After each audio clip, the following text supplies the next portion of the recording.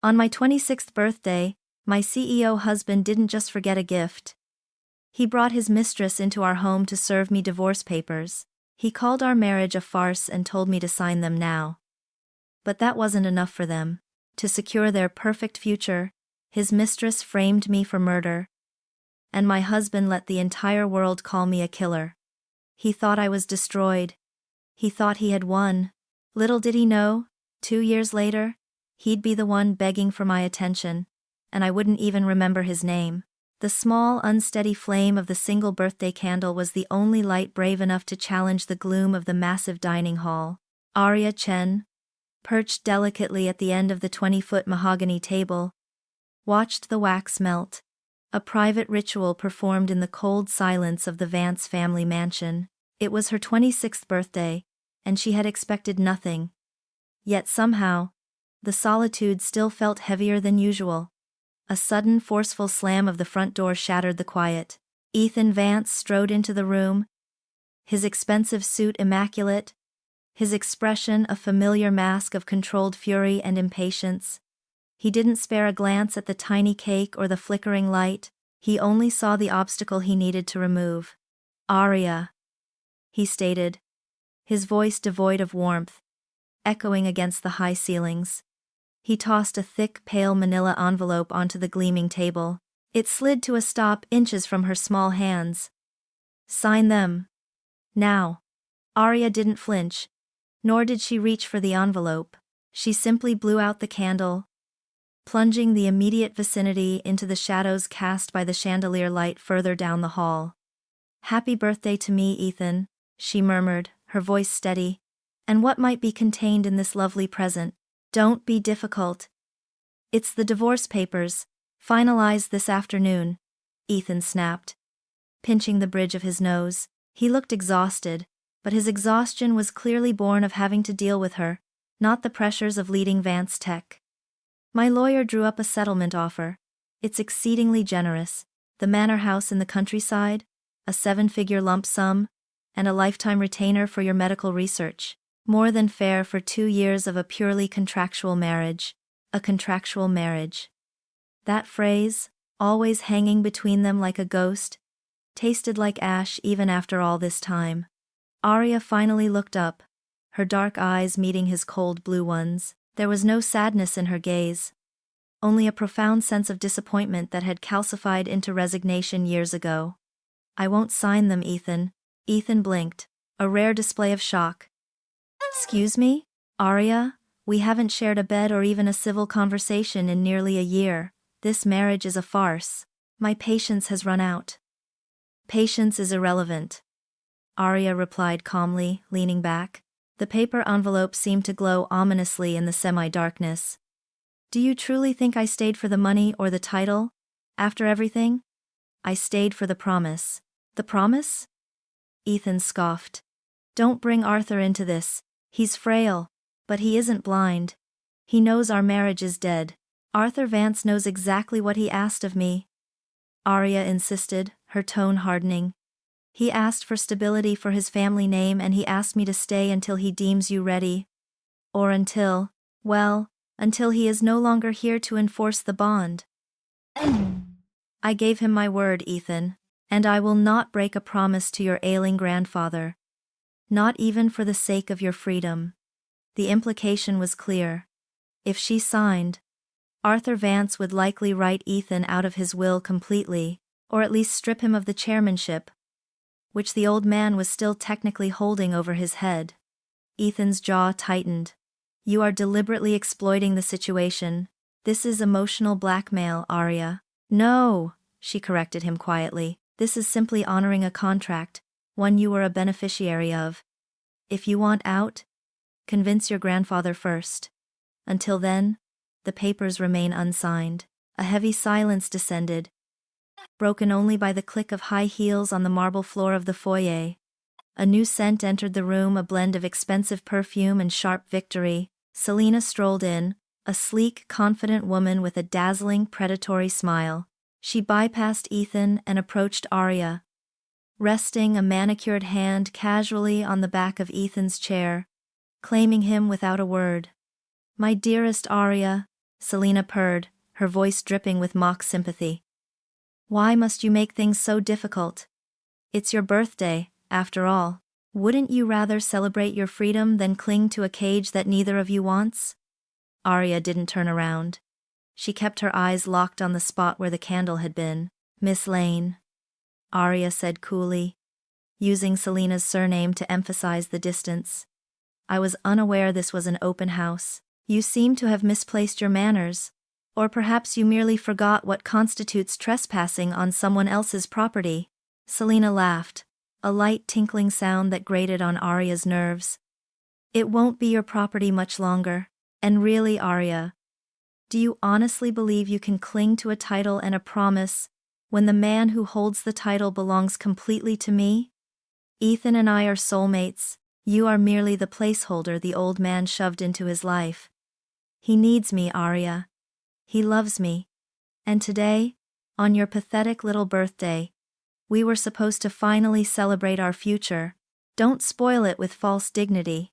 Aria finally stood up, pushing her chair back slightly. She looked past Selena to Ethan, who was staring fixedly at the divorce envelope, refusing to meet her eyes. I see, Aria said slowly, the words heavy with contempt. You choose today, Ethan, the day when I should feel the smallest shred of goodwill, to publicly parade your intention and your lover. Very well, let me be perfectly clear, Miss Lane. Until Arthur Vance tells me otherwise, the surname I carry is Vance, and until that day, you will remain nothing more than my husband's regrettable distraction.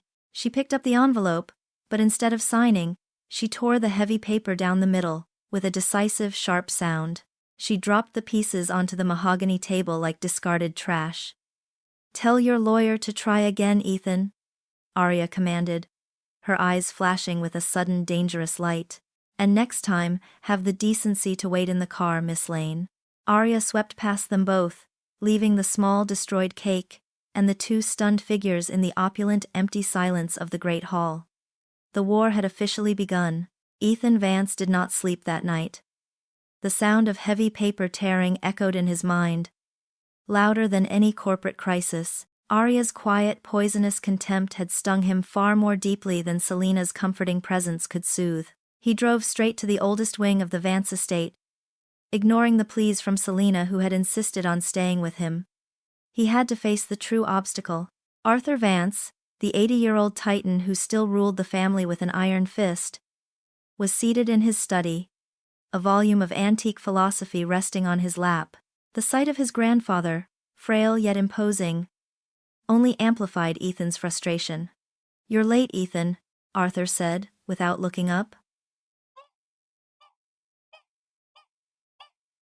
I assume you have come to complain about your wife again? Ethan leaned heavily against the doorway. I came to tell you I want the marriage dissolved.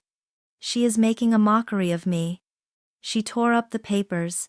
Arthur finally lifted his eyes, the deep gray pools fixed on his grandson. She honors her word, which is more than I can say for you. You were a party to that agreement, Ethan. You accepted her role as my shield and your foundation. A foundation I never needed, Ethan exploded. You forced her into my life when I was distracted and grieving. She is cold, distant, and utterly devoid of any emotional connection to me. I love Selena. She makes me happy. Aria is nothing more than a contractual obligation. A contract you would violate purely for the sake of a whim, Arthur countered, his voice steady. Look at your life, Ethan. When Aria is present, Vance Tech is stable, the family name is impeccable, and you are focused. When that distraction of yours is near, you are erratic and weak. I saw the scandal she caused last year, trivializing your brand. That was misreporting, was it? I believe the only person misreporting is yourself, Ethan. I do not trust Selena Lane. I trust Aria Chen. She is a woman of substance and integrity. Do you remember the promise, boy? Until you prove you can lead this company without destroying it through emotional foolishness, Aria Chen stays right where she is as your wife. Arthur closed his book with a definitive thud. Sign those papers, and I will see to it that you lose the chairmanship immediately. Furthermore, the controlling interest in the legacy trusts will revert entirely to the Foundation, bypassing you entirely. Aria has my confidence. You do not. Go home. Be civil to your wife, and focus on your work. Before you throw away everything I built. Ethan left the study defeated, his rage curdling into bitter resentment toward the woman who held his freedom hostage. He returned to the main mansion to find Selena sitting patiently in the drawing room, looking pale and fragile. The defiance Aria had shown only hours earlier had given way to Selena's manufactured vulnerability. An appeal Ethan was always powerless against.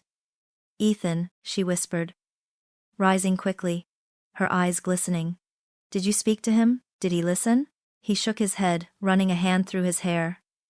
"It's useless, he's immovable. He threatened the company, Selena. I can't risk it right now." Selena took his hands, her grip tight and desperate. "I understand, my love. But I need you. I really need you now." Her facade cracked, allowing genuine fear to show. "It's my grandmother, Ethan. She was rushed to Haicheng General tonight. Congestive heart failure. She's deteriorating so fast. She's all I have left of my family. And the doctors, they aren't giving me much hope." Ethan's corporate armor immediately softened. He genuinely cared for Selena. And her grandmother's illness had been a long-running source of distress for her. "What can I do?" he asked, pulling her close. "The head of cardiology there is demanding too much for a guaranteed bed and a dedicated team. And honestly, Ethan, I just don't trust them. If only someone I truly trusted, someone skilled, could oversee her care." Selena looked up at him, her eyes wide and wet. "Someone like Aria." Ethan stiffened. "Aria? Absolutely not. I won't ask her to do anything for you. Especially not now." "No. Don't ask her," Selena said quickly, recovering her composure. "But Aria is an intern there, isn't she? She is meticulous, Ethan. She is brilliant.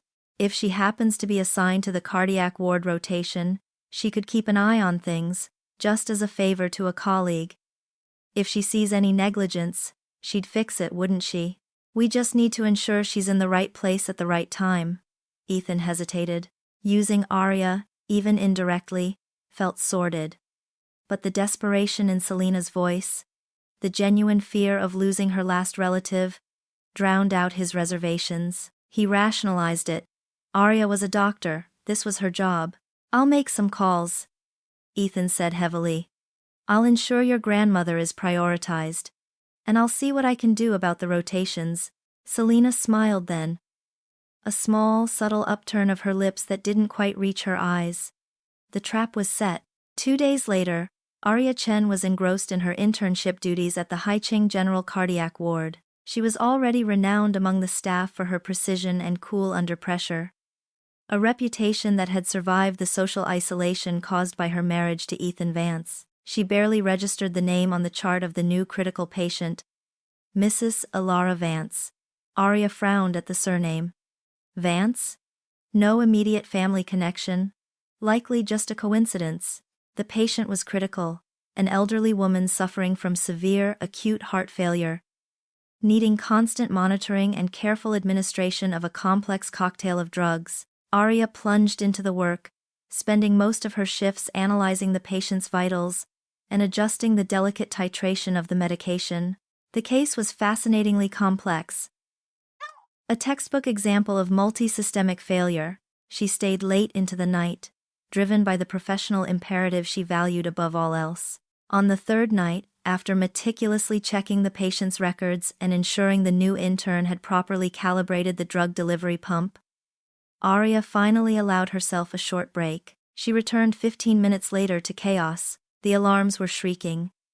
Mrs. Vance's heart rate had plummeted violently, her blood pressure had crashed, and the sophisticated monitors indicated irreversible damage in the past few minutes.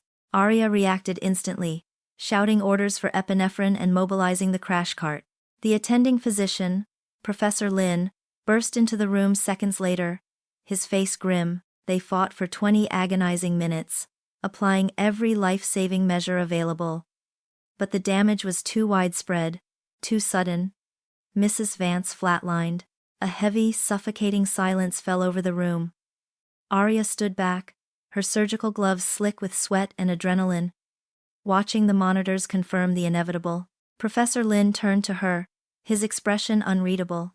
What happened, Dr. Chen? Her vitals stabilized hours ago. What changed in the last 20 minutes? Aria grabbed the drug chart and the pump's logs, her professional instincts screaming. Everything looked normal. She had checked the dosages herself. I stepped out for 15 minutes, Aria stammered, the words feeling alien and weak. I checked the IV drip log before leaving. Everything was correctly calibrated. Professor Lin didn't respond immediately. He walked over to the IV pump, his eyes scanning the settings. He then looked down at the empty ampule of the critical drug that Aria had just replaced. This dosage was logged as administered at 23:45, he said, holding up the clipboard. But the pump log shows a massive, unregulated surge was delivered at 05. The patient's heart simply couldn't handle the shock. A cold dread seized Aria. A massive, unregulated surge? That was impossible unless the pump had malfunctioned catastrophically. Or, Professor, the pump must have been tampered with, Aria whispered, her mind reeling. At that moment, the door burst open. Selina Lane, dressed impeccably but with tears streaming down her face, rushed past the orderly. She stopped dead, staring at the motionless body of the elderly woman. A gut-wrenching, theatrical wail tore from her throat. Grandmother, no, they told me. They told me she was fine. Selina stumbled back, her eyes landing on Aria, who was still standing near the fatal pump. Selina's expression shifted instantly from grief to pure, venomous accusation. You, Selina shrieked, pointing a trembling finger at Aria. It was you. You are his wife. You did this deliberately. You killed her because you knew she was my last hope. Security rushed in, attempting to control the distraught woman, but Selina's words had already landed like poison darts. Professor Lin looked at the scene, the distraught relative, the sudden, inexplicable death, and the intern who also happened to be the wife of the CEO who was dating the victim's relative, standing over the evidence. The perfect storm. Aria felt the blood drain from her face. She was trapped. She hadn't recognized the name, hadn't seen the connection until this horrifying moment. I didn't do this, Aria said firmly, fighting the rising panic. I am innocent. Selina ignored her, collapsing dramatically onto the floor. Murderer! She killed her. She is incompetent. Get her away from here. Ethan, help me! She killed grandmother! The police arrived shortly after the hospital administration, responding to the chaotic scene. Aria was led away, her meticulous medical career, the only thing she truly possessed, now hanging by the thinnest of threads, stained by blood, and a lie she hadn't even begun to comprehend. The antiseptic scent of the precinct was swiftly replaced by the metallic stench of public judgment. Aria was released early the following morning, pending a full internal hospital investigation and an eventual police inquiry. She stepped out into a nightmare. A blinding flash of light hit her face, followed by a cacophony of shouting voices and snapping cameras. The air was thick with microphones thrust aggressively toward her, demanding answers, demanding guilt. Dr. Chen, did you intentionally tamper with the IV pump? Is it true you were seeking revenge on Miss Lane, the CEO's true love? Are you a murderer, Dr. Chen? The headlines, already circulating on every digital screen and morning paper, screamed the narrative curated by Selina. A jealous, scorned wife, desperate to keep her position, commits medical malpractice leading to a calculated death. The term contractual wife, criminal intent, was repeated ad nauseum. She managed to fight her way into a taxi, the brief glimpse of her own reflection in the rearview mirror, showing eyes that looked bruised and dead, framed by shadows. When she arrived at the Vance mansion, the staff avoided her gaze, their silent censure echoing the condemnation of the world outside. No call came from Ethan, no message of support arrived from any old colleague. Her few tentative professional connections had already severed themselves, unwilling to risk the contamination of the Vance scandal. Meanwhile, in the executive suite of Vance Tech, the fallout was volcanic. She must be defended, Ethan. Publicly. Immediately. Arthur Vance's voice, though aged, vibrated with authority. He slammed his hand onto the rosewood desk. You allow that vicious creature, Selina, to paint your wife as a killer? The company's reputation will suffer irreparable harm if we look like we harbor murderers. Ethan stood rigidly opposite his grandfather, clutching a printout of the latest media barrage. I can't, grandfather. Selina is distraught. She watched her last family member die. I believe Aria was negligent, or at the very least, professionally reckless. Arthur laughed, a dry, incredulous sound. Reckless, Aria Chen? She is the most meticulous, controlled woman I have ever known. This is Selina's handiwork, Ethan, you fool. Can't you see the pattern? She is using this tragedy to force Aria out and secure her place. This isn't about Selina. This is about a patient dying on Aria's watch. Ethan countered, his own guilt and confusion manifesting as stubborn defensiveness. If I defend Aria now, and she is found guilty, I risk everything. The board will demand my resignation. We need to maintain a neutral distance. Neutral distance? Arthur's face was dark with fury. You abandon your wife, the woman you promised to protect, if only by name at the moment she needs you most. All for the sake of a calculating temptress. Very well. You want distance? You will get it. Arthur reached for the secure line phone. I am issuing a statement, Ethan. Since you lack the moral conviction, I will state that my granddaughter-in-law, Aria Chen, has my absolute confidence, and any suggestion of intentional wrongdoing is slanderous. Furthermore, I will personally fund her defense team. You will support this statement, or consider yourself a CEO in name only. Ethan swallowed hard. The threat of losing control of the company looming larger than his personal feelings. He knew he had lost this battle, but his refusal to personally defend Aria remained, a cold, hard stone in his chest. The Vance Tech statement went live an hour later, signed by Arthur Vance, Chairman Emeritus. Ethan's name was conspicuously absent from the personal endorsement, replaced by a generic corporate footnote. Vance Tech respects the judicial process. Aria read the statement on her phone while packing a small duffel bag in the isolated guest suite she now occupied. Arthur's defense was a shield, but Ethan's silence was a dagger. He had publicly chosen Selina's pain over her innocence.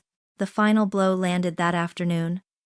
Professor Lin called, his voice tight with regret. Dr. Chen, the administration is moving quickly. Despite your exemplary record, the media pressure and the high-profile nature of the case, combined with the conflict of interest regarding Mrs. Vance's relative, have forced their hand. He paused, the professional formality failing him.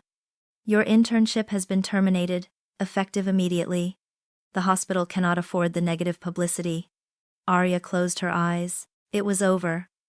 The years of studying, the sleepless nights, the grueling rotations all gone, evaporated by a single, malicious lie. She realized then the true danger of the Vance name. As Mrs. Ethan Vance, she was a target for Selina's jealousy and the media's ravenous appetite. The title was no longer a shield provided by Arthur, but a glowing beacon attracting disaster. A cold clarity settled over her. The only way to save her future, her real future, the one dedicated to medicine, not marriage, was to completely dismantle her connection to the Vance family. Aria walked downstairs. The divorce papers lay neatly stacked on the marble console in the foyer. A fresh, clean packet this time. Already prepared by Ethan's legal team. Ethan was standing nearby, talking quietly on his phone, clearly monitoring the crisis. He noticed her approach and ended the call abruptly. He looked tired, but not contrite. He looked expectant, ready for the inevitable tearful begging or furious confrontation. Aria didn't offer either. She picked up the envelope and pulled out the crisp documents. She didn't read the generous settlement terms. They were meaningless now. The price of this freedom was priceless. I'll sign them, Aria stated flatly, her voice emotionless, detached. Ethan frowned, the sudden lack of resistance throwing him off balance. Aria, I know this is difficult. But Arthur's statement has calmed the board. I can still use the company lawyers to help mitigate the professional damage, even after the divorce, if you cooperate. Aria smiled then. A small, chilling expression devoid of warmth. She finally looked directly into his eyes. But it was like looking at a stranger. I don't need your mitigation, Ethan. I need independence, she said, pulling a pen from her coat pocket. I realized that as long as I carried the Vance name, I was merely collateral damage in your relationship with Miss Lane. You have made your choice. You choose her manufactured grief over my verifiable innocence. She signed her name, Aria Chen, quickly, firmly, in the designated spots, severing the link that had bound her to him for 2 years. She slid the signed documents across the console towards him. Take your freedom, Ethan. I take mine, she finished, and understand this. I sign these papers not because I have lost the battle, but because I finally choose to walk away from a losing game. The only thing you can give me now is space. Do not contact me. Do not send your lawyers or your money. I want nothing left of you. Aria turned before he could respond, not sparing a glance at the stunned CEO. She left the vast, sterile mansion, closing the door on the Vance legacy, and stepping out into the storm, a woman unburdened, yet utterly ruined. Her new life, free of Ethan's blindness and Selena's malice, began now, amidst the wreckage. The city was a blur of hostile lights and screaming headlines. Aria walked without direction. The crisp papers she had signed minutes ago, already feeling like a distant dream. The adrenaline that had fueled her final, cold defiance had burned out, leaving behind a terrifying hollow exhaustion. She was free, but freedom had come with the immediate cost of her entire professional future. She stopped beneath a flickering street lamp, pulling her thin coat tighter against the late autumn chill. Every time a taxi or bus passed, she flinched, expecting the blinding flash of cameras again. She was a pariah.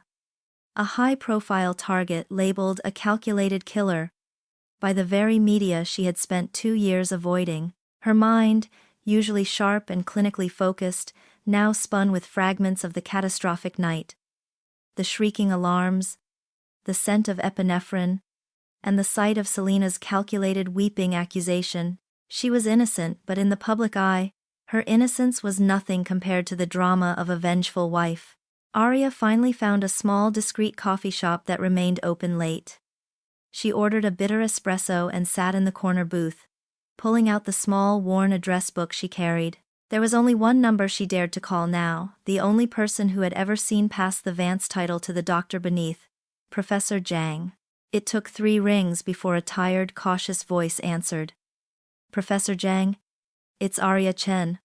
I'm sorry to call so late. Aria? Where are you? I saw the news. The professor's voice was instantly grave, concern overriding weariness. The hospital is in chaos. Lin told me everything. He knows you didn't do it, but his hands are tied. Tears, which had stubbornly refused to fall through the humiliation, pricked Aria's eyes at the sound of genuine support. I've been terminated. I signed the divorce papers. I'm completely out, Professor. They ruined my career. Ruin is temporary, Aria. Integrity is permanent, Professor Zhang said sharply. Don't go to your family. They'll only attract more media. I need you to disappear for a few weeks. I have friends in the research community outside the city. They owe me. You can work there, quietly, while this storm blows over. But you must be ready to fight this legally. Aria gripped the phone. I am. I just need a place to regroup. Send me your location. I'll arrange transportation immediately. Don't worry about the investigation for now. Focus on surviving. The call gave Aria a small anchor in the maelstrom. She had lost her marriage, her home, and her job. But she hadn't lost her mentor's trust. Clutching that fragile hope, she left the coffee shop and waited for the promised lifeline. Meanwhile, Ethan Vance stood in his immaculate office on the top floor of Vance Tech, staring at the signed divorce papers. The documents felt heavy, tainted by Aria's palpable contempt. He was free. Yet he felt profoundly unburdened. Selina arrived moments later, gliding in with the air of a triumphant general. She crossed the room, resting her head against his back. "It's done, my love, she's finally gone," Selina murmured, her voice laced with satisfaction. She didn't sound like a woman who had just lost her last relative. She sounded like a woman who had won a complicated negotiation. "Now we can truly begin." I knew she couldn't handle the pressure. "She's too weak. Too cold." Ethan pulled away slightly, an unexpected chill running down his spine. "You sound relieved, Selina. Not heartbroken." Selina laughed lightly, waving a dismissive hand. "Oh, grandmother, she was suffering, Ethan. It was a blessing in disguise. Besides, the timing was impeccable, wasn't it? Aria tried to use Arthur's leverage against us, and now she's a ruined public spectacle. We didn't even have to lift a finger, really. She just self-destructed." The words struck Ethan like ice. Self-destructed. He suddenly saw the image of Aria standing in the foyer, signing the papers with a terrifying, calm finality. She hadn't been weak. She had been resolute. She hadn't self-destructed. She had chosen a clean break, even into ruin. And Selina, standing here basking in the glow of the scandal, looked nothing like the fragile victim he thought he was protecting. A cold, analytical part of Ethan's mind, the part that ran a multi-billion-dollar corporation, clicked on. He had been so obsessed with Arthur's control and Selina's manufactured need that he had completely failed to analyze the situation objectively. Why would Aria, the fiercely meticulous doctor known for her control, suddenly commit a blunder so massive, so obviously self-destructive, and so perfectly timed to benefit Selina? It was too neat, Ethan muttered, staring out at the city lights. "What was too neat, darling?" Selina asked, her smile fading slightly. "The patient's death," Ethan said, turning to face her, his expression unreadable. "Aria is a world-class student. She doesn't make mistakes with titration pumps. It had to be either a catastrophic failure of equipment or deliberate sabotage." Selina shrugged, pulling a vial of eye drops from her purse and subtly applying them to maintain her tearful look. "Perhaps she cracked under the pressure of being your unwanted wife. Maybe the truth is she simply tried to kill the woman who tied me to you." Ethan ignored the emotional manipulation. The thought of Aria, whom he had always found annoyingly rigid and ethically unbending, committing murder was preposterous, but the thought of Selina orchestrating a frame-up was suddenly terrifyingly plausible. He wasn't acting out of love for Aria, but out of a sudden, desperate need to protect the Vance name from being associated with a potential miscarriage of justice, and perhaps to quell the rising tide of guilt that threatened to overwhelm him. If Aria was innocent, then he, by publicly abandoning her, had become an accomplice in her destruction. "I need to leave now," Ethan announced abruptly. "Board emergency meeting." "But Ethan, darling, we were going to celebrate," Selina pouted. "The board is panicked by the murderer wife headlines. I need to reassure them," he lied smoothly. "Go home, Selina. I'll call you when I'm free." As soon as the elevator doors closed behind her, Ethan picked up his secure line, bypassing his usual corporate counsel and dialing a private number belonging to a small, fiercely discreet forensic litigation firm based in Zurich. "It's Ethan Vance," he said, his voice low and commanding. "I have an urgent, highly sensitive case. I need a clean, thorough investigation into the death of a patient at Haiching General Mrs. Alara Vance. Focus specifically on the IV drug pump logs and the hospital's internal assignment rotation process." He paused, gathering his thoughts. "I need your best team on the ground. Immediately. Working completely outside the standard channels. No paper trails. This investigation must remain absolutely confidential. If this leaks back to me, the contract is void." He leaned closer to the phone, his gaze dark. "And one more thing. My doctor Aria Chen is the primary suspect. You are not to contact her. You are not to inform her of your activities. I need the truth, and I need mitigating evidence, immediately. I want the professional negligence narrative minimized, shifted entirely to mechanical error or procedural oversight. if possible. I don't care about cost. Just make the problem go away. He hung up, the scent of Selena's perfume still clinging faintly to the air. He had acted, not as a husband, but as a CEO cleaning up a PR disaster that threatened to spin out of control. Yet, as he looked at the signed divorce papers, a flicker of something close to dread tightened his chest. He had helped Selena ruin Aria, and now he was secretly scrambling to undo the damage, driven by a growing, nauseating fear that the woman he had just cast aside might be the only honorable person in his entire life. And he was too late to save her. The secure line hummed faintly on Ethan Vance's desk, a testament to the secret operation now underway. He had commissioned a cleanup, a mitigation, but what he received 2 days later felt less like damage control and more like an ice pick chipping away at the foundation of his reality. Mr. Kalin, the lead investigator from the Zurich firm, did not deal in hypotheticals. His initial communication was concise, encrypted, and focused entirely on procedural anomalies, the first of which involved the historical context of Aria's marriage. To properly assess the current frame-up, we must establish precedents of manipulation within the subject's sphere of influence. The report read. Kalin requested access to all documented reports concerning a highly sensitive incident that occurred 2 years prior. Shortly after the marriage ceremony, Ethan read the summarized psychological report with a mounting sense of unease.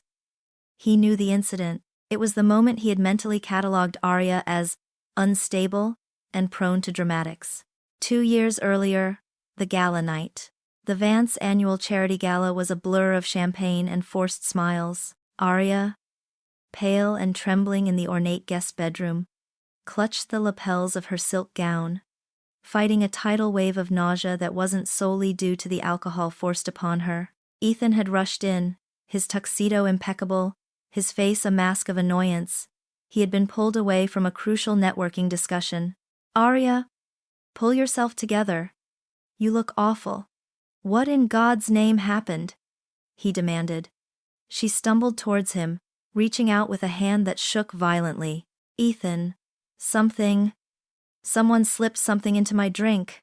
I was in the courtyard, near the fountain. I think someone tried to. She couldn't finish the sentence. The shame, the terror, and the lingering, confusing fog made the words lodge painfully in her throat.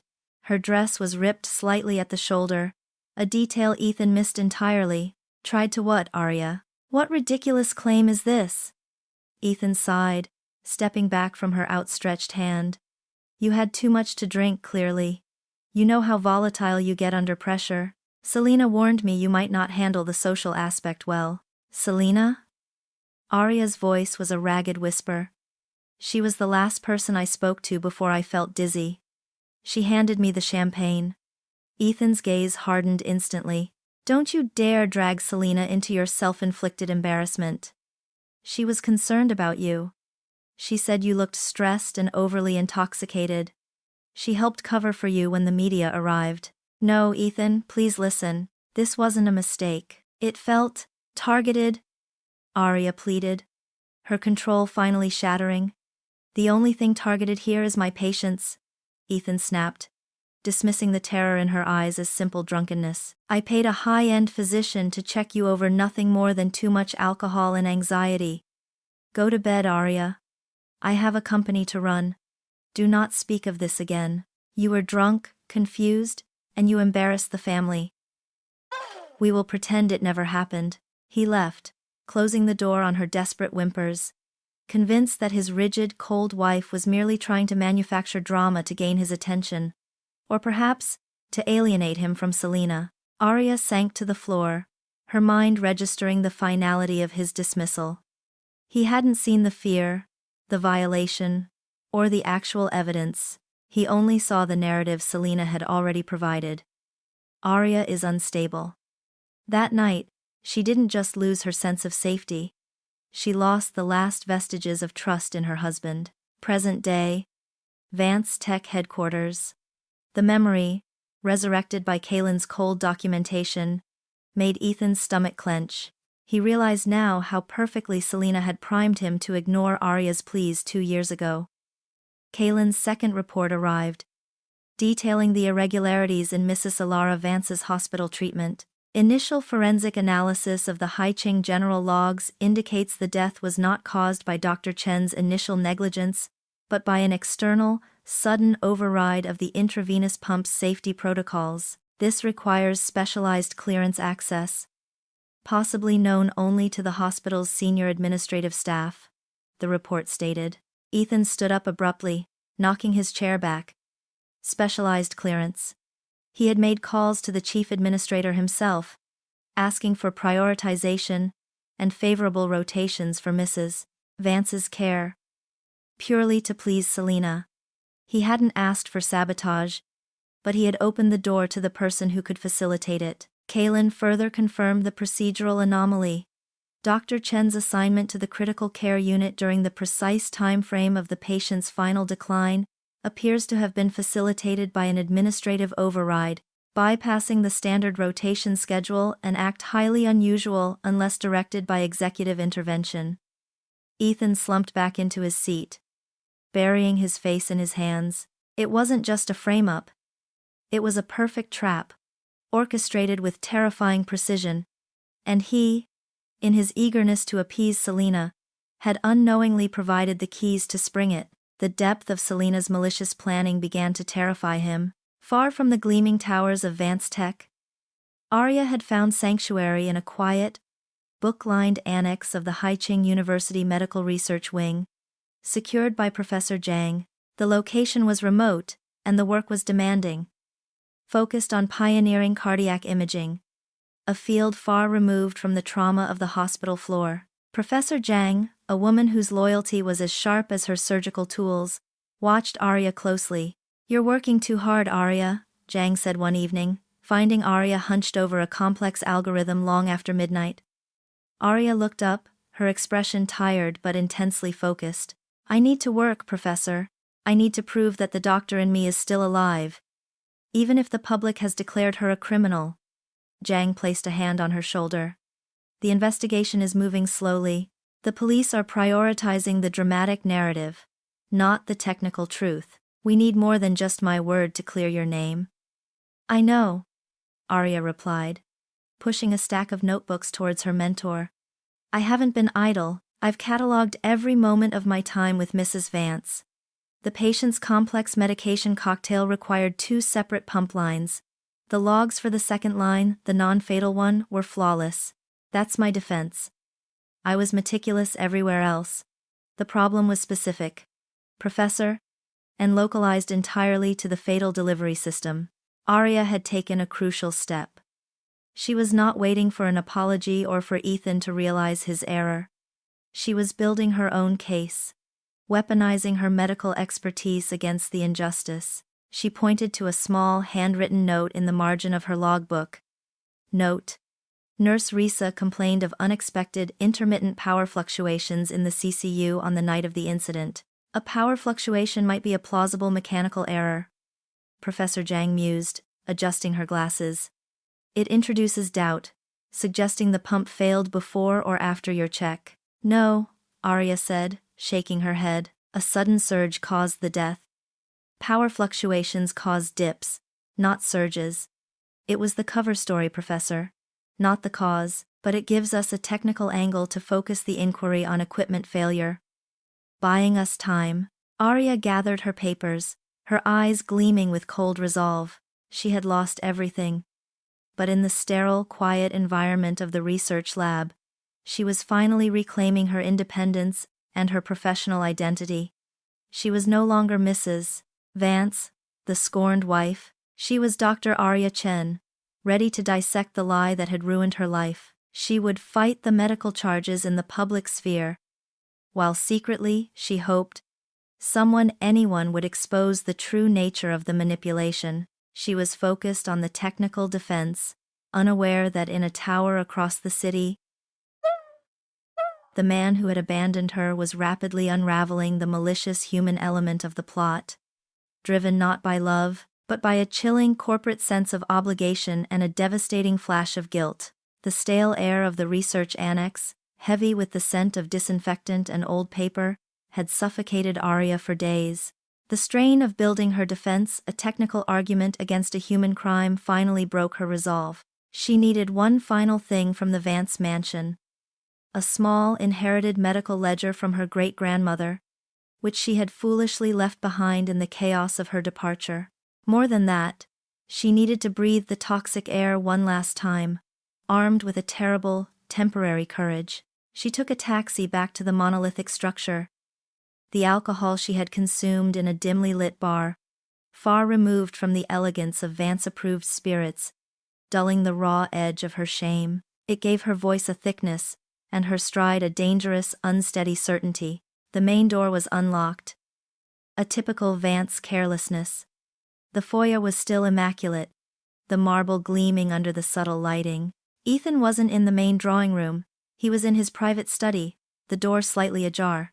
Aria found the ledger tucked away in the back of the small, climate-controlled library.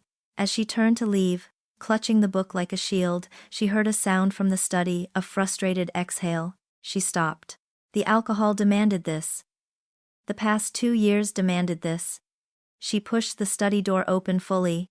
Ethan was leaning against his massive desk, talking quietly on a secure line, his hand running through his hair. He looked tense, the lines around his mouth deeper than usual. He broke off his conversation the instant he saw her, his eyes widening in alarm and annoyance. "Aria, what are you doing here? You signed the papers. You agreed to stay away." She didn't move past the doorway. She tilted her head, observing him, and a low, dry chuckle escaped her lips. "Ah, the CEO. Back in your natural habitat, scrambling to mitigate the damage caused by your poor personal choices." She slurred slightly, but the words were sharp and focused. "Don't worry, Ethan. I'm just collecting the last of the collateral you didn't value. I won't contaminate your precious domain any further." Ethan straightened, his CEO mask instantly replacing the worried exhaustion. "If you are here to demand more money, Aria." The terms were final. "I honored the settlement." Aria laughed again, this time a sound of pure, icy contempt. She tossed the heavy medical ledger onto a side table with a careless thud. "Money? You think I care about your blood money? You still don't understand, do you? You never saw me, Ethan. You only ever saw the contractual wife, the inconvenient roadblock, the cold woman who ruined your fun." She stumbled one step closer, her dark eyes blazing with years of suppressed pain. "I signed the papers, not because I was crushed by Selena's lies, but because I finally saw the truth about you," Aria continued, her voice rising slightly. "You are blind, willfully, profoundly blind. You have always preferred the comforting illusion of Selena's neediness to the harsh reality of my integrity." Ethan bristled. "This isn't productive, Aria. You're drunk. Go home." "Home?" She threw her hands up, mocking him. "Where is that, Ethan? The luxurious prison you barely tolerated? Or the professional life you just allowed your little whore to assassinate?" The vulgar word hit him like a physical blow. He had never seen her lose control like this. "Selena is distraught over her grandmother, and you are using her grief as a weapon," Ethan countered, falling back on the comfortable narrative. "Grief?" Aria's voice dropped to a terrifying whisper.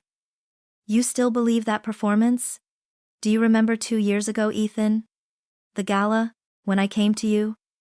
Terrified? Violated? Barely able to speak? I told you I thought someone slipped me a drug. I told you I was afraid." Her eyes pierced him, demanding recognition. The memory, already fresh from Kaylin's report, flared painfully in Ethan's mind. "And what did you say, CEO Vance?"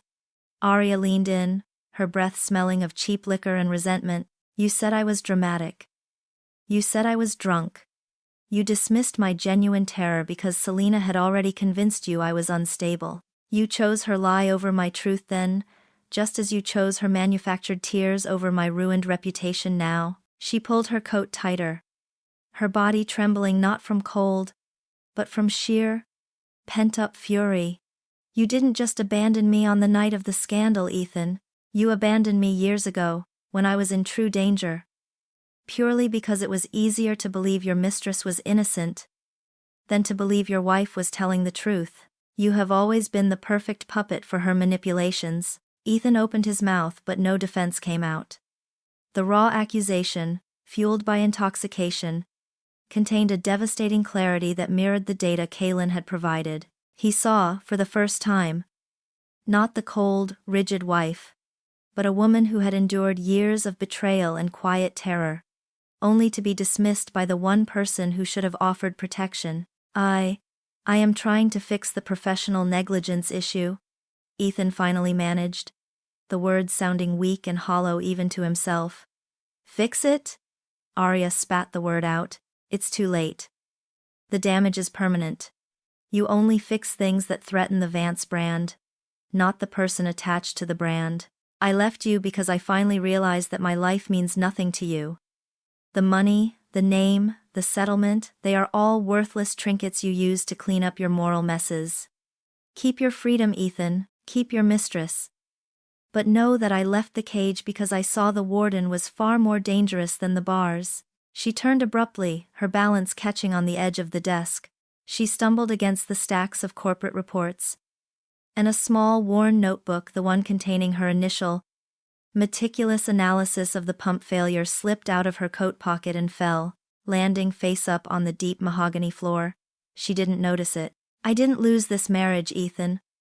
I survived it, Aria whispered, her final words dripping with absolute detachment. We are zero. We are even, and now I will go on to build a life where I am defined by my own skills, not by your contempt. She swept out of the study and the mansion, leaving the heavy front door to shut with a soft, final click.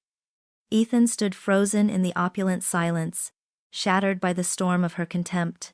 The silence she left behind was far heavier than any confrontation. He reached out to steady himself, his hand resting on the desk where he had signed the papers. Unable to process the depth of her despair, he had always focused on her coldness. He had missed the profound emotional devastation hiding beneath. He finally looked down. By his feet lay a small, slightly damp spiral-bound notebook. It was open to a page filled with Aria's precise medical handwriting, crossed with highly complex algebraic calculations, and several anatomical sketches. His eyes snagged on a single circled phrase, written in stark opposition to the official hospital records. Not mechanical failure, external override code. Located, 5543. Requires CCU admin clearance. Ethan picked up the notebook, his hands trembling. The external override code, the information Kaylin's team was still months away from confirming. Aria had figured it out herself, weeks ago, while the world called her a murderer. He hadn't just abandoned an innocent woman. He had abandoned a genius, who was quietly fighting for her own life. Ethan collapsed into his chair, the weight of his guilt now massive and suffocating. The cold detachment she had shown when signing the papers, the fierce contempt in her drunken confession, it wasn't instability. It was the absolute, final severance of a heart he had utterly destroyed. He had traded his future, his stability, and the last shred of his honor for the comfortable illusion of Selena's affection. And the price, he realized, was steeper than any inheritance. The override code, 5543, the phrase, pulsed in Ethan's mind. A quiet indictment scrawled in the elegant hand of the woman he had just casually dismissed as a drunken wreck. Aria hadn't merely suspected technical malfunction.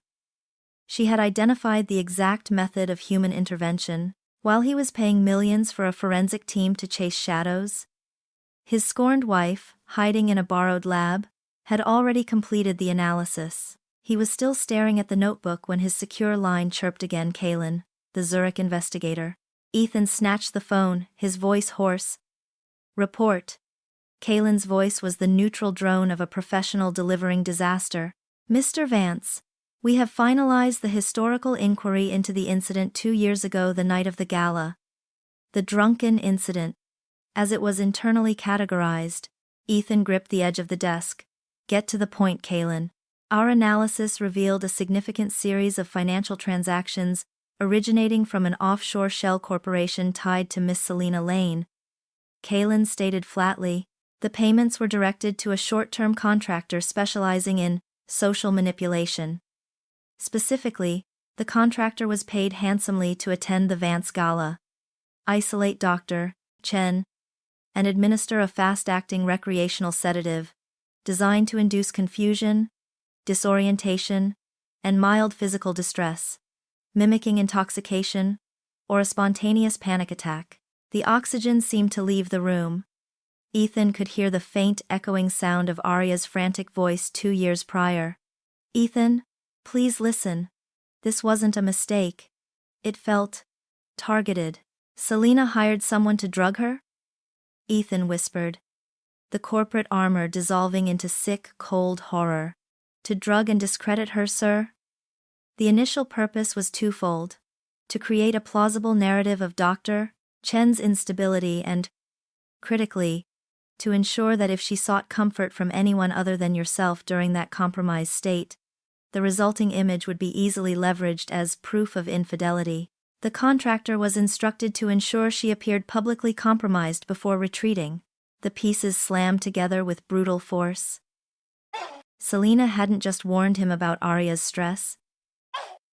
She had caused it. She had perfectly orchestrated a moment of violation, painted Aria as the aggressor, and then convinced Ethan to dismiss the resulting trauma as a mere drunken embarrassment. Ethan had believed the lie, abandoning Aria in a moment of genuine terrifying need.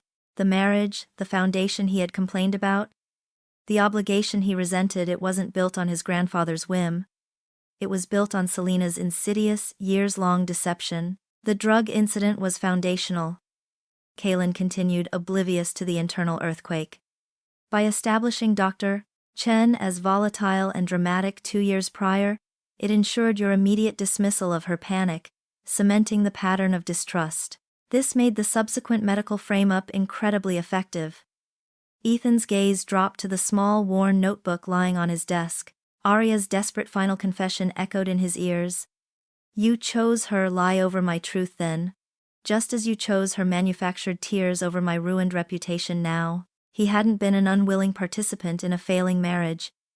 He had been the primary agent in his wife's psychological and professional destruction. He had betrayed the one person who had shown him absolute integrity, all for the sake of a comfortingly simple illusion. He thought of Selena, her exquisite face tilted up to him, weeping over a dying relative, and realized the tears were fake, not because she lacked emotion, but because her only emotion was predatory triumph. She hadn't just been trying to secure her future, she had been systematically dismantling Aria's life, stone by calculated stone. The realization was a heavy physical weight, pressing the air from his lungs. He felt a profound, nauseating sense of moral filth. The guilt he felt before was mere inconvenience. This was condemnation. "And the medical incident?" Ethan asked, the words strained. "Was it truly necessary to kill the patient?" "According to our current findings, sir, Mrs. Vance was already in acute decline. Selena Lane's objective wasn't simply to get Aria fired. It was to ensure Dr. Chen was attached to a fatality under circumstances that made intentional malice plausible." Kaylin explained. "The override code 5543, which Dr. Chen coincidentally identified, was utilized by the administrative contact you unknowingly provided. They delivered the fatal surge, timed precisely to coincide with Dr. Chen's scheduled short break. The goal was to eliminate the key witness, the grandmother, who knew of Selena's pressure, and simultaneously destroy Aria's career with maximum damage." Ethan leaned back, his head hitting the soft leather of his chair. He had facilitated the murder of Selena's own grandmother and the public crucifixion of his wife. His blind loyalty, fueled by self-pity and resentment of his grandfather's control, had made him the perfect accomplice. Aria's final words, delivered with cold contempt, returned. "We are zero. We are even. And it is a many has bonded manner." No, they weren't even. He owed her everything. He owed her his reputation, his sanity, and perhaps, his life. He had spent 2 years chasing a toxic mirage while simultaneously destroying the one solid, honorable connection he possessed.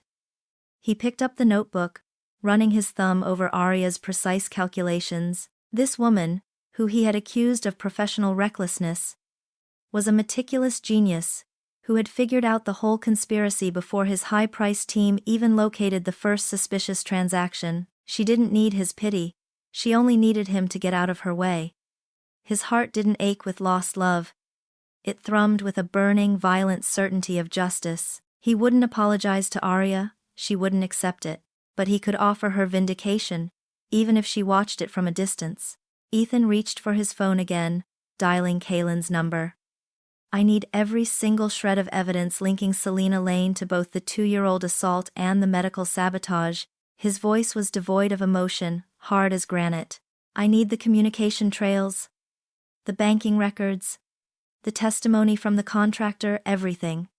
I want it compiled, verified and ready for immediate dissemination. Forget PR cleanup, we are moving beyond mitigation. He looked at the signed divorce papers and then at the notebook. Aria Chen had walked away and survived. Now, Ethan Vance would move heaven and earth. Not to win her back, but to ensure the woman who had ruined her life paid the full, devastating cost. This was no longer about family honor or corporate stability. This was a moral war. And Ethan Vance finally knew exactly who his enemy was. The secluded research annex, Professor Zhang's sanctuary from hospital politics, was no longer a refuge. It had become a launch pad. Aria sat across from her mentor, the fluorescent lights reflecting off the thick dossier lying between them. It's enough, Aria, Professor Zhang said, tapping a section detailing the catastrophic power surge scenario. We utilized your own meticulous tracking notes to introduce insurmountable doubt regarding the dosage timing. The hospital administration, terrified of a major liability lawsuit, funded anonymously, I might add, has formally retracted the intentional malpractice charge. You are cleared of suspicion of murder, effective immediately. Aria didn't smile. She felt a cool, deep satisfaction, but no elation. This was vindication, not victory. She had survived, but the scars remained. Who funded the inquiry, Professor? Aria asked, her voice flat. She knew Arthur Vance would have helped with her legal defense. But this sudden, accelerated focus on the technical details felt almost too coordinated. Zhang shrugged, adjusting her glasses. The source is protected, highly encrypted. A Zurich firm. Strangely, they seemed more focused on eliminating the negligence narrative than on proving mechanical error.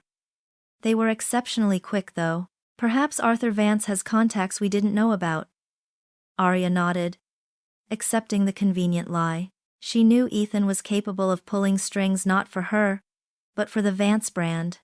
It didn't matter. The professional battle was won, thanks to her own diligent work and the mysterious aid.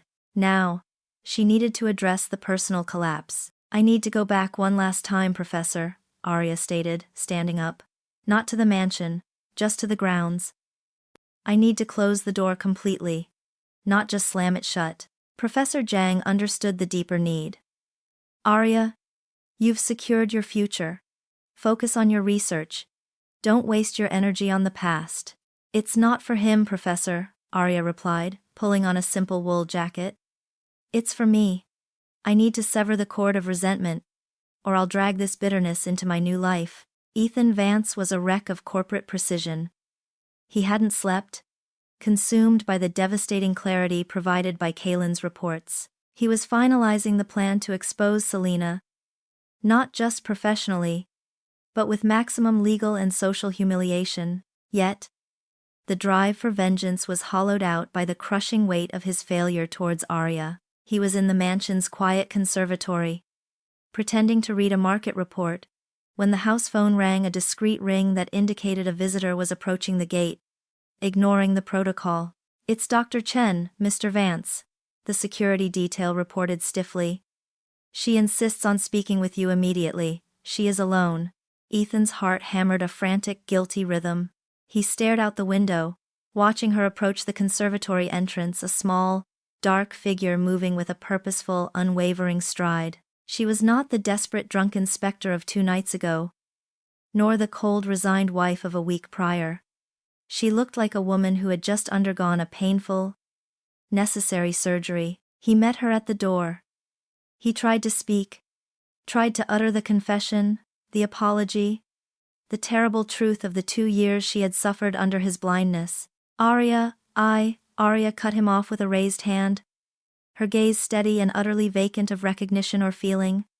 I am not here for an explanation, Ethan, she said, her voice clear and low. Nor am I here for a retraction of your previous actions. I am here to finalize the emotional balance sheet. Ethan felt the physical sting of her detachment. He wanted to scream the truth at her. Selena drugged you. I know you're innocent. I know the code. But the moment her eyes met his, he understood. The truth, however cataclysmic, was now irrelevant to her. I know the medical charges against me have been withdrawn. My professional reputation, while battered, is salvageable. Your family name will be preserved, as will your control over Vance Tech. Aria continued, speaking with the clinical precision of a surgeon reading a diagnostic chart. Therefore, all conditions of the contract have been met, albeit through extraordinary circumstances. He finally managed to speak, his voice rough. Aria, I have learned things. About the gala, about the murder plot. Selena, stop, she commanded, the single word silencing him completely. I don't care what you have learned, or what you now regret. Your realization is late. It is weak. And it changes nothing for me. Aria stepped closer, her focus absolute. When I left here last week, ruined and humiliated, I thought I carried a debt of vengeance.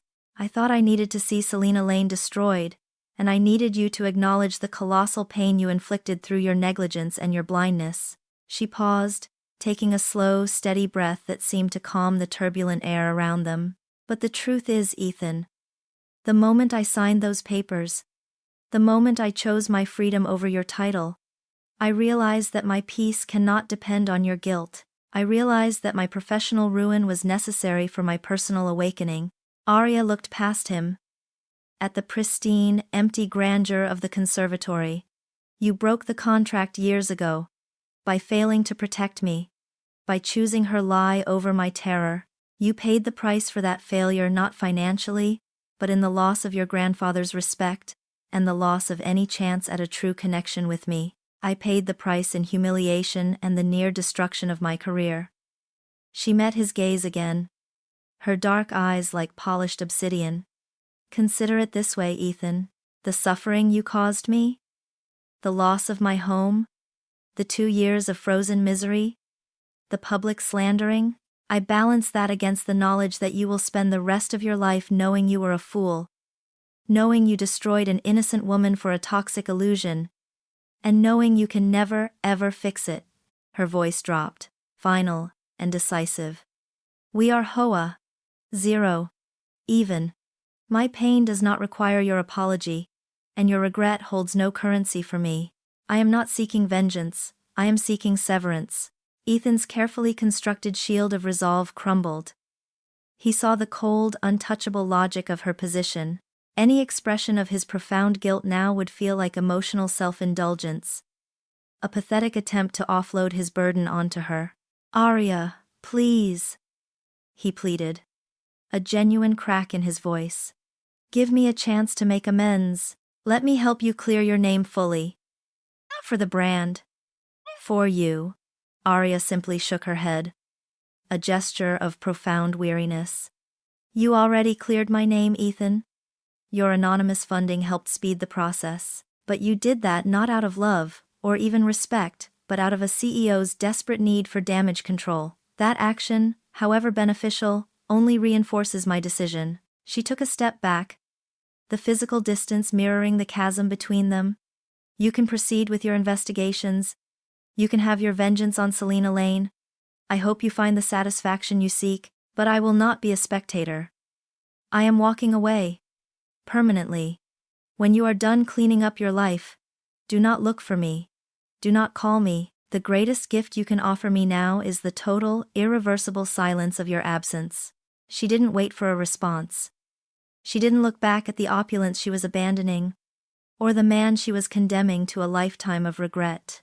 Aria simply turned and walked away, past the security detail, past the imposing walls of the Vance estate, and back towards the anonymity of the city. The moment she was truly out of sight, Ethan sagged against the doorframe, his breath escaping in a ragged gasp. He watched the last trace of her fade, realizing that the truth he held, the conclusive evidence that exonerated her and damned Selena, had arrived too late to matter. Aria had claimed her peace, not through fighting him, but through refusing to recognize his importance in her life. He was free of the contract, free of the marriage, and free of the lie. But he was also completely, utterly alone, burdened by a guilt that no amount of corporate success or vengeful justice could ever alleviate. The price of his freedom was the final, devastating contempt of the only honorable person he had ever known. The massive wooden door of the Vance mansion had closed with the gentle, terrifying finality of a tomb sealing shut. Ethan remained leaning against the doorframe of the conservatory, watching the spot where Aria had last stood. He tried to reconcile the woman who had just condemned him, cold, sharp, and totally immune to his distress, with the frightened bride he had abandoned 2 years prior. The two images fused, forming a portrait of a person systematically broken by his own indifference. His profound, gut-wrenching guilt demanded action. It demanded that he chase her, beg for her forgiveness, or at least physically deliver the proof of her innocence.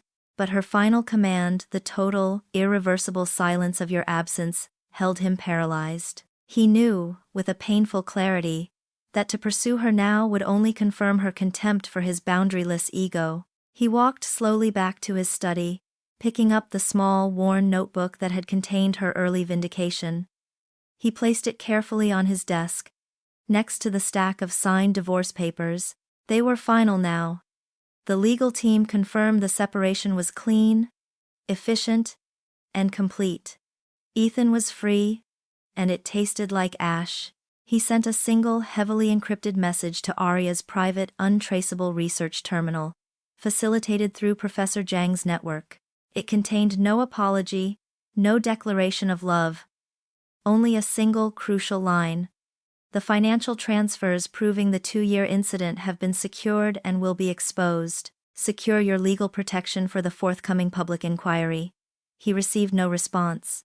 Aria had accepted the technical vindication, the withdrawal of the murder charges, and had moved on.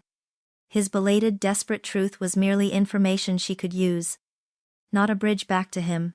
Ethan plunged into a ruthless focus, channeling his moral agony into corporate vengeance. He had to destroy Selena Lane completely, not just for Aria, but because the mere thought of that calculating malice still existing freely made his skin crawl. Selena, however, was high on the fumes of her victory. She arrived at the Vance Tech headquarters the next morning, not waiting for an invitation, radiating smug confidence. She saw the stack of divorce papers and smiled widely. Mistaking Ethan's tight, controlled silence for grief over his grandfather's threat, not crushing self-hatred. "Ethan, darling, don't look so grim," she cooed, gliding into his space. "The storm is over. Aria is gone. The name is cleared, thanks to Arthur's help and my patience. Now, focus on the future. Focus on us." She mistook his lack of emotional reaction as compliance. "In fact," Selena continued, her voice tightening with a sudden competitive edge, "I think I can help you secure that new merger with the Jinshi Group. I heard the CEO, Mr. Lee, is hesitant. They don't trust the stability of Vance Tech's executive team right now, given the recent unpleasantness." Ethan watched her with the chilling detachment of a hunter observing prey. "And how do you propose to stabilize the deal, Selena?" Selena leaned against his desk, enjoying her perceived dominance. "It's simple. Mr. Lee is heavily invested in the success of the new high-frequency chip technology, which he thinks Vance Tech is underselling. I have contacts on the inside of Jinshi, a small, dedicated team who could provide certain internal projections to prove our valuation is artificially depressed. It shows them we're serious." She lowered her voice conspiratorially. "I can get those projections delivered discreetly to Mr. Lee before the final signing. It will show him we are aggressive and innovative.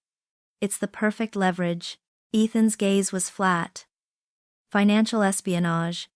It was Selena's fatal error, confusing ruthless ambition with corporate genius. She was trying to prove her utility by engaging in a low-level crime that could jeopardize the entire deal if exposed. Purely to show off her connections, you would access confidential information from our partners? Ethan asked, his tone dangerously smooth.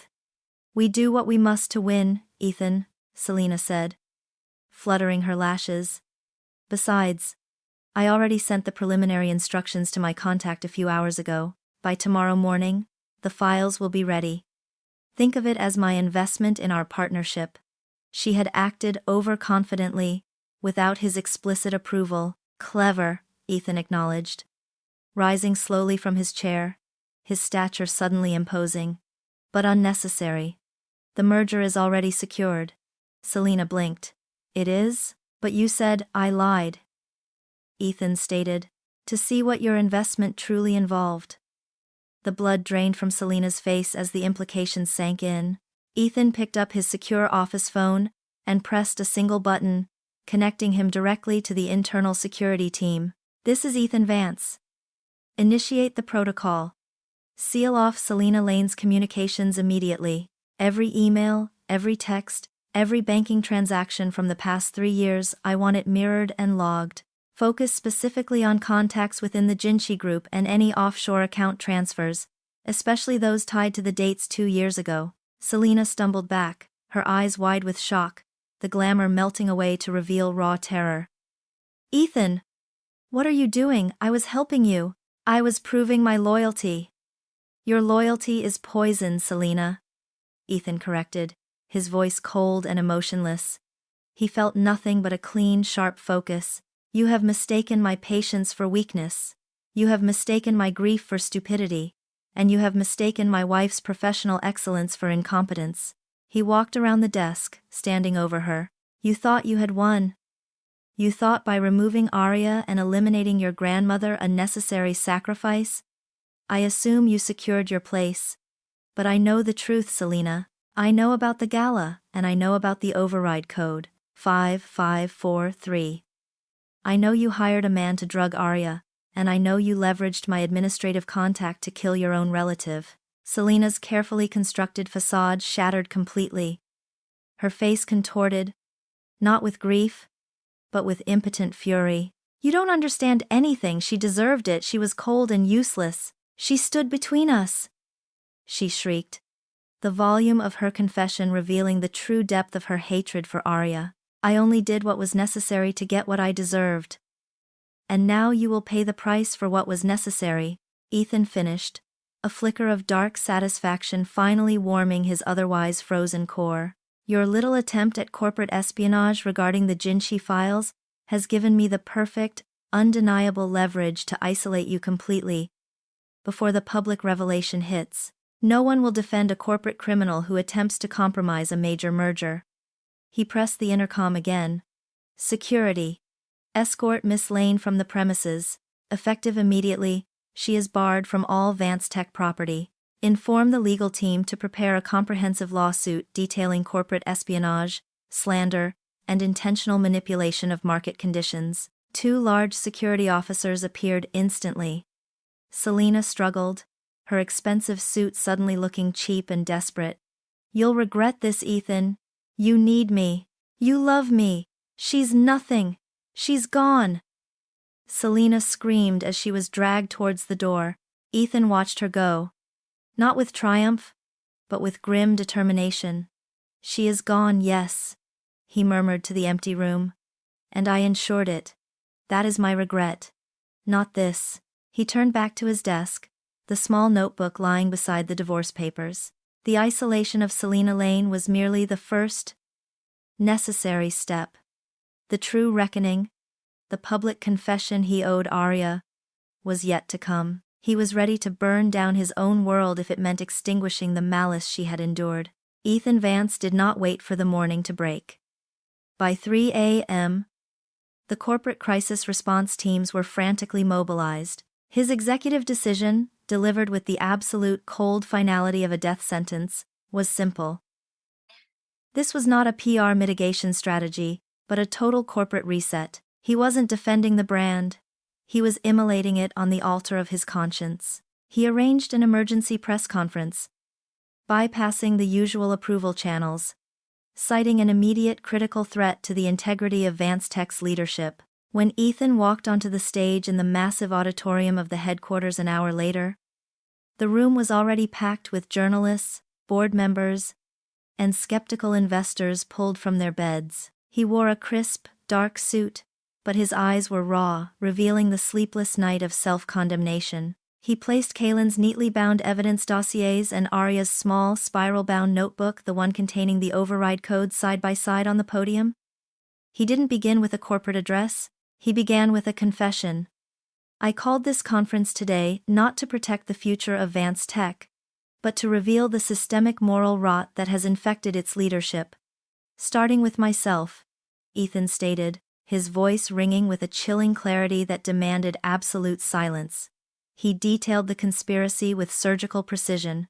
He began with the medical scandal, reading excerpts from Aria's notebook, confirming the specific, localized sabotage of the IV pump. Dr. Aria Chen, my estranged wife, was not professionally negligent. She was framed, deliberately, by a calculating individual who sought to destroy her career and leverage her public humiliation for personal gain, Ethan said, pausing for the information to sink in. The patient's death was facilitated by an external override code 5543, utilized by an accomplice of the primary perpetrator, Miss Selena Lane, who disguised her malicious intent as grief over her relative. The room exploded into a cacophony of shouts, flashlights, and immediate digital transmissions. Ethan waited, unmoving, until the noise subsided slightly. Then, he delivered the killing blow, turning the spotlight fully onto his own staggering failure. The malicious plot did not begin last week, he continued, his voice heavy with self-loathing. It began 2 years ago, shortly after my marriage. Miss Lane, in a systematic effort to isolate me from my wife, engineered an incident at the annual gala. She hired a contractor to administer a controlled substance to Dr. Chen, designed to induce fear and disorientation, and then leveraged my blindness and distraction to convince me that my wife was unstable and prone to dramatic exaggeration. He looked straight into the central camera lens, addressing the viewing world, addressing Aria. I dismissed my wife's terror. I ignored the physical evidence of her distress. I accepted Selena Lane's lie because it was convenient, and I was a weak, self-pitying fool. I did not just abandon Dr. Chen in her time of need. I became a willing participant in her betrayal, allowing the foundation of our contractual marriage to be poisoned by calculated malice. He lifted the pile of banking records, the evidence of these payments, the communication trails linking Miss Lane to the specific contractor who orchestrated the drugging, and the administrative personnel who caused the patient's death, has been secured. The appropriate authorities have been notified, and formal charges for conspiracy, slander, and attempted corporate espionage, for which Miss Lane was recently attempting to compromise the Jinshi merger, are being prepared. The humiliation was total. Selena, watching the live broadcast from the security office where she was being detained, let out a choked scream of pure rage and defeat as Ethan delivered his final act of penance. I have committed grievous errors of judgment, both professional and moral, which severely undermine Dr. Chen and, by extension, the integrity of this company. No amount of corporate success can mask this moral failing, Ethan stated, his voice low, accepting his ruin.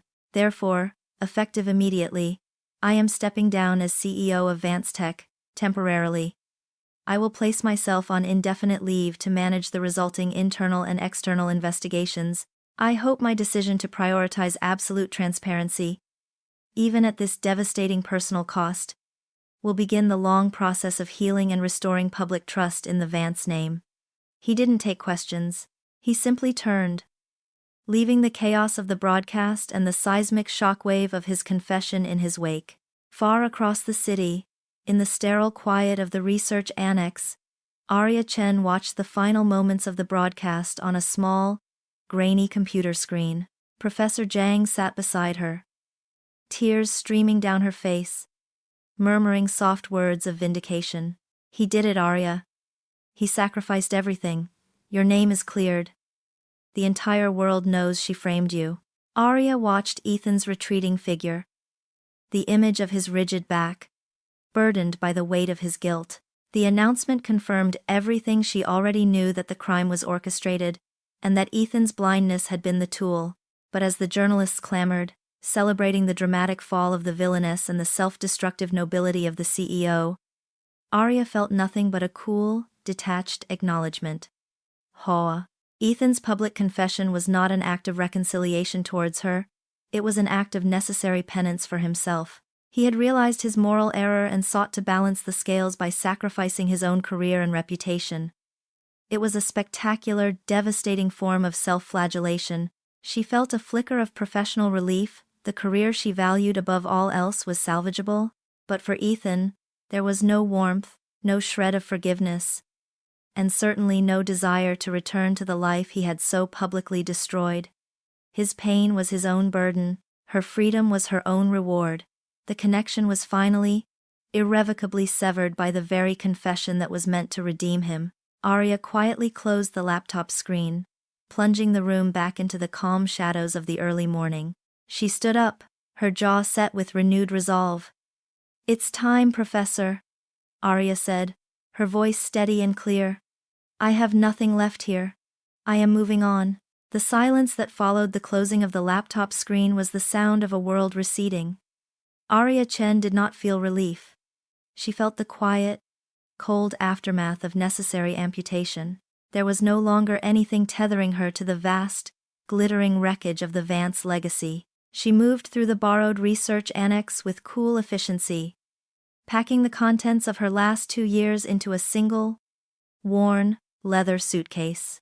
She left behind the corporate reports Ethan had insisted she read, the high-end jewelry he had given her for appearances, and all the artifacts of Mrs. Ethan Vance. She only took her clothes, her medical texts, and the small inherited ledger from her great-grandmother. Before she sealed the case, she sat at the narrow desk and wrote a single letter, addressed simply, Arthur Vance. She thanked the old man for his protection, acknowledging that his stern insistence on the marital contract had inadvertently saved her life by forcing her to become resilient. She detailed how his family name was now safe, secured not by her silence, but by Ethan's public confession, and his subsequent removal of the threat. "My promise to you, grandfather," she wrote, her elegant script precise and measured, asterisk, was to provide stability until Ethan Vance was ready to lead with honor. He is now forced to face his true character, and in doing so, he has earned the integrity required. My role is complete. I leave the Vance name intact. I am now leaving to pursue the only legacy I ever truly valued, my own, asterisk. She signed it Aria Chen, the name she was reclaiming, and placed the envelope conspicuously on Professor Zhang's desk. Minutes later she left the annex, walking away from the city entirely, embracing the anonymity she had been denied for 2 years. Ethan Vance stared out the expansive window of his office. The sunrise creeping over the city skyline, the same skyline he had just shaken to its core. He was now CEO in name only, a pariah in the world he ruled, consumed by a need for penance that felt far more urgent than the corporate fallout. He knew she wouldn't come back to the mansion. He drove first to the small secure apartment she had sometimes used for late-night hospital shifts, a place of quiet solitude she had retreated to when the mansion felt too oppressive. The key still worked. The apartment was sterile, clean, and utterly empty. She hadn't been here in weeks. He tried calling Professor Zhang, his voice raw with desperation. "Where is she? Just tell me she's safe." "She is safe, Mr. Vance." Zhang's voice was arctic. "And she is exactly where she wants to be. She asked for your total absence. I suggest you honor the final request of the woman you failed, defeated." Ethan drove back to the mansion, the vast space now feeling less like a fortress and more like a mausoleum. He wandered into the guest suite that had been Aria's official residence within the house, the place where they had spent 2 years sharing a roof but never a life. It was impossibly bare. She had taken only what she could carry. Ethan stopped by the dresser, running his hand over the polished wood. He noticed a faint indentation in the felt lining of the top drawer, where a small carved wooden box had once rested. He remembered her opening it once, quickly, hiding something inside. He opened the drawer, finding nothing but the residual scent of her precise, clean linen perfume, but the emptiness triggered a wave of agonizing realization. His mind, now stripped of the comforting lie of Selena, began to replay the quiet moments he had systematically ignored. He remembered the night he had returned from a hostile board meeting. Exhausted and furious, he had slammed the door to his study, only to find the usually chaotic piles of reports gone. Aria had stayed up until 4 a.m., indexing and filing every document, color-coding the crucial ones. He had simply grunted thanks and moved past her, assuming she was just being obsessively neat, failing to see her silent, unwavering professional support. He remembered the morning of the major Haiqing general audit. He had been so focused on the corporate risks that he hadn't eaten. He found a small, meticulously prepared bento box on his private desk, containing exactly the nutritionally balanced, low-sugar meal his doctors had prescribed. He had eaten it without thinking, never realizing she had prioritized his health even when they were barely speaking. He remembered the final frigid New Year's Eve ball. He had been laughing with Selena, basking in the glow of their shared disdain for the formality. Aria, obligated to stand by his side for exactly 90 minutes, was the picture of detached elegance. He recalled noticing her hand, resting lightly on the silk fabric of her dress. The fabric was slightly frayed near the cuff, but she held herself with such perfect composure that he dismissed it. He never asked if she was cold, or tired, or if she needed anything at all. It wasn't that she was cold, it was that she had reserved her warmth and quiet support for the tasks and necessities he needed, never demanding gratitude or acknowledgement. She had been his stabilizing foundation, the silent partner fulfilling her contractual obligation with absolute integrity. While he was busy tearing down the very structure she maintained, the tears did not come. Ethan was long past simple sorrow. What consumed him was the terrifying clarity of his error. He hadn't just lost his wife. He had failed to even recognize her worth until the precise moment she took it away. Forever. He walked to the large window in the suite, overlooking the extensive grounds of the estate. The rising sun was cold and unforgiving, lighting up the place where his life had fallen apart. He was the most powerful man in the city, but he was staring at the empty space where the most honorable part of his life used to reside. A single envelope remained on the marble console in the foyer, delivered by Professor Zhang's assistant moments before Ethan returned. He snatched it up, recognizing Arthur Vance's name. He didn't hesitate. He tore open the envelope. Pulling out the letter, he read Aria's clear, final statement. My promise is complete. He has earned the integrity required. And the signature, Aria Chen. Ethan crumpled the letter, the paper shaking violently in his fist. He had fought the marriage, he had fought his grandfather, and he had foolishly fought Aria, all for a freedom that now felt like a life sentence. She had survived him. She had thrived in spite of him, and she had left him to face the full, agonizing extent of the devastation he had wrought upon himself. Aria Chen was gone. And for the first time in his life, Ethan Vance understood what it meant to be truly ruined. 2 years later, the air in the advanced bioimaging lab at King's College London was sharp, cold, and infused with the metallic scent of state-of-the-art machinery. Dr. Aria Chen, now 28, stood before a wall of monitors displaying a rotating, three-dimensional model of the human circulatory system. She wore a tailored white lab coat that complemented her serious demeanor, her dark hair pulled back with efficient severity. Aria's name was no longer a footnote in a corporate scandal, it was a headline in prestigious medical journals. Her breakthrough work in high-frequency cardiovascular imaging had earned her a professorship and a global reputation.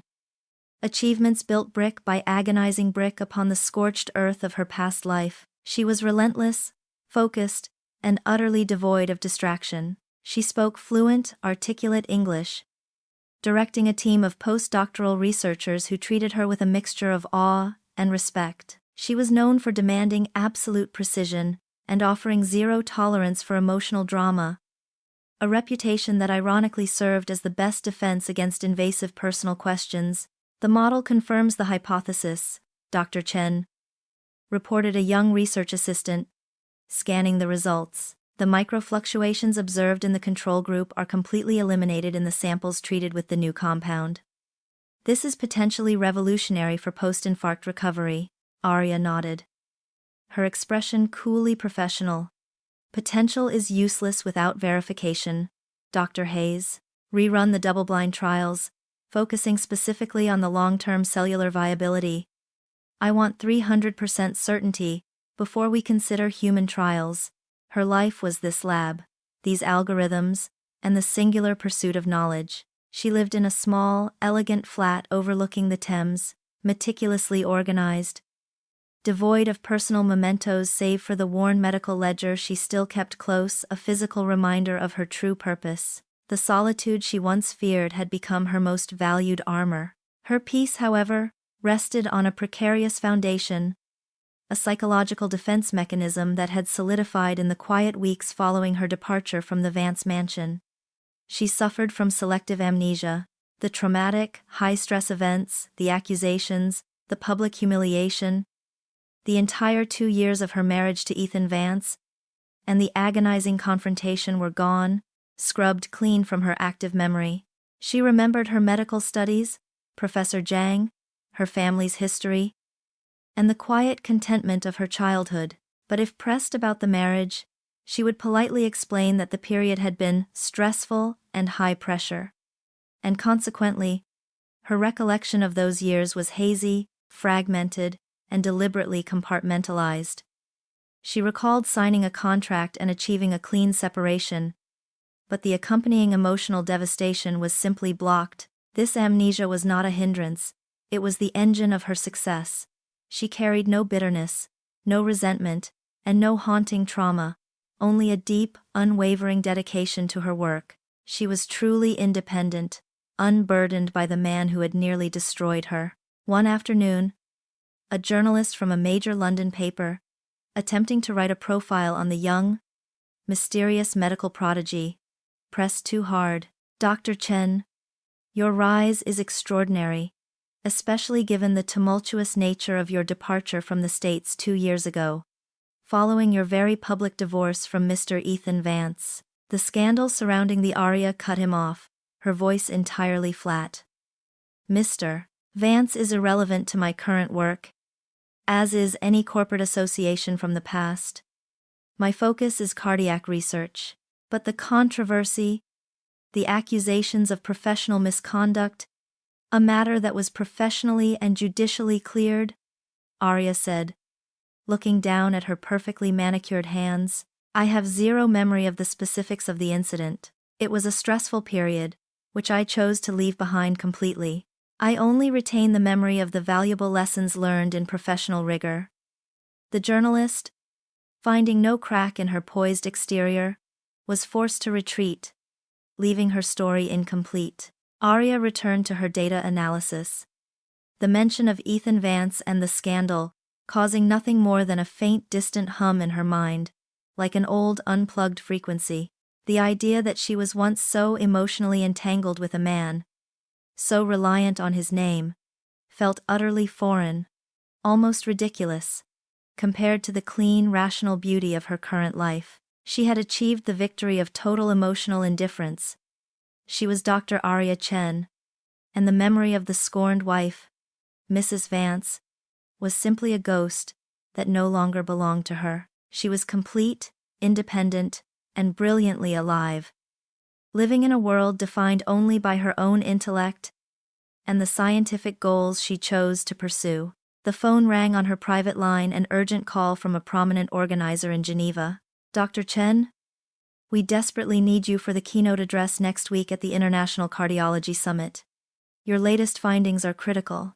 Aria accepted the invitation immediately, already calculating the necessary logistical shifts in her research schedule. Geneva.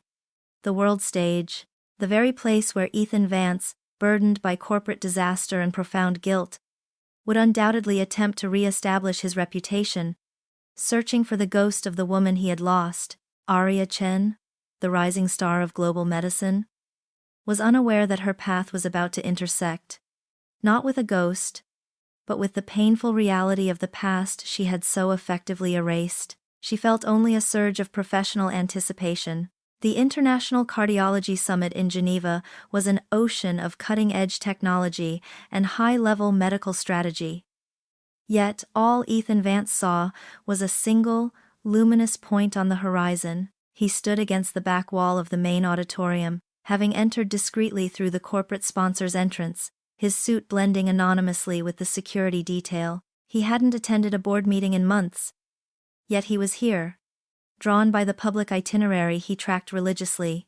Dr. Aria Chen had just concluded her keynote address on advanced microimaging. The room had erupted in a standing ovation that felt less like polite applause and more like a coronation. Her competence was staggering, her poise absolute. She stood there, bathed in the blinding light of her independent success, every inch the world-class professional he had once dismissed as a cold, contractual wife. 2 years had stripped away the quiet deference she once showed the Vance name, replacing it with an armor of intellectual authority. He watched as Professor Zhang rushed forward, beaming with pride, guiding Aria off the stage, and towards a small, exclusive reception for the top researchers. Ethan, whose own reputation had been severely damaged but not entirely extinguished by the scandal and his subsequent retreat, used the remaining shreds of his corporate privilege to gain access to the secure area.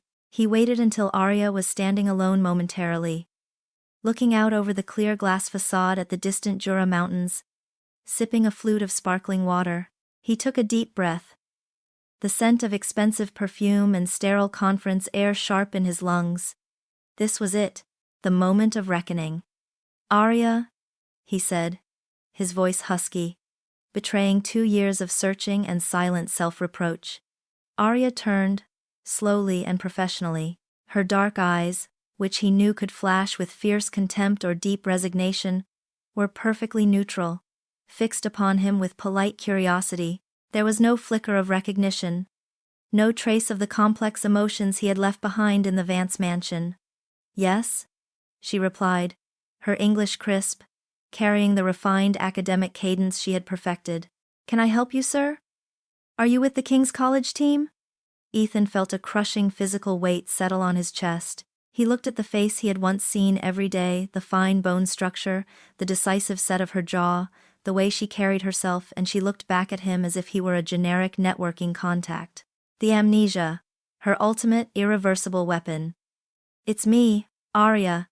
It's Ethan." He forced the words out, trying to bridge the chasm of 2 years and 1,000 lies. Aria frowned slightly, tilting her head with the professional patience she reserved for slightly confused benefactors. "Ethan, I apologize. Your face is vaguely familiar, perhaps from a previous conference, but I am afraid I don't recall the specific context. I have been rather focused on research recently, and my memory for names outside the medical field can sometimes be unreliable." She remembered valuable lessons learned in professional rigor, but not the man who had burned her life to teach them. "Unreliable?" Ethan echoed, a strange hollow laugh escaping him. "Aria, we were married, for 2 years.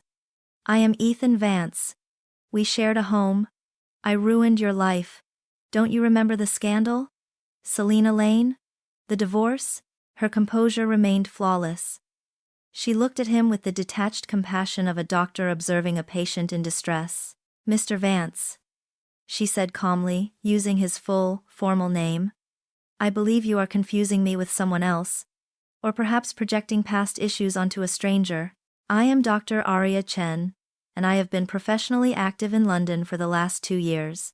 I assure you, my professional records, as well as my personal history regarding any previous associations, are complete and well documented.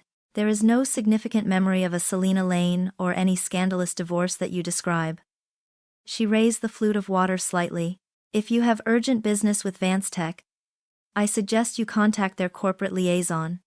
My focus, as I said, is cardiac research. She had zeroed him out. Not just legally or emotionally, but biologically. She had achieved the total severance she had demanded. The crushing guilt that had driven his last 2 years was a burden she simply refused to carry. Having literally forgotten it existed, Ethan finally understood the full, agonizing extent of his punishment. Her contempt had been easier to bear. At least contempt was a form of connection. This polite, detached unfamiliarity was the final, devastating confirmation that he no longer existed in her world. I see, Ethan managed, the words scraping his throat. He reached into his inner pocket, pulling out a thick, sealed envelope containing the full forensic reports, the communication trails, the banking records, the proof of her complete innocence, the truth he was meant to deliver. He looked at the envelope, then back at her perfectly serene, unburdened face. She didn't need his vindication. She had found her own. To give her these papers now would only risk disturbing the fragile peace she had constructed. Or worse, reintroduce the pain she had so efficiently erased. He slipped the envelope back into his jacket, realizing his debt would never be fully paid. My apologies, Dr. Chen, Ethan said, forcing a polite, corporate smile that felt like sandpaper against his face. I clearly mistook you for a colleague. Congratulations on your pioneering work. It is truly remarkable. Thank you, Mr. Vance, Aria replied, a genuine but distant smile touching her lips. I wish you luck in your corporate endeavors. She nodded once, a brief professional acknowledgement, and then smoothly turned away, resuming her conversation with Professor Zhang about the next stage of clinical trials. Ethan remained standing in the shadow of the back wall, watching her, the man who had destroyed his own life for the sake of a ghost that no longer recognized him. She was independent, brilliant, and free, a future he had unknowingly fought to create for her by destroying everything else. He realized he could not chase her, nor could he win her back. His role was finished. All that remained was to honor the ultimate condition of her departure, the total, irreversible silence of his absence. Ethan Vance walked back out into the cold Geneva night, leaving the warmth and light of her success behind. He had nothing left to chase but the memory of the woman he had failed, and the empty future she had built, utterly without him.